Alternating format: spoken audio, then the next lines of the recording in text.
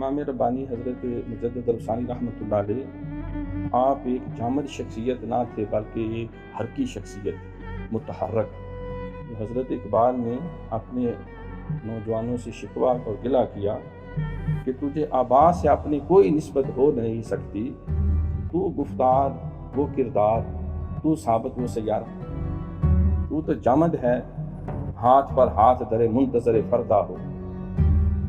تو انتظار میں ہے کہ کوئی آئے گا، ویٹنگ فار گاڈو جو ہے، انتظار کر رہے ہیں، آئیں گے عیسیٰ علیہ السلام، آئیں گے حضرت امام مہدی علیہ السلام، پھر دم دمست کلندر ہوگا، پھر پوری دنیا میں اسلام کا جھنڈا لہرائے.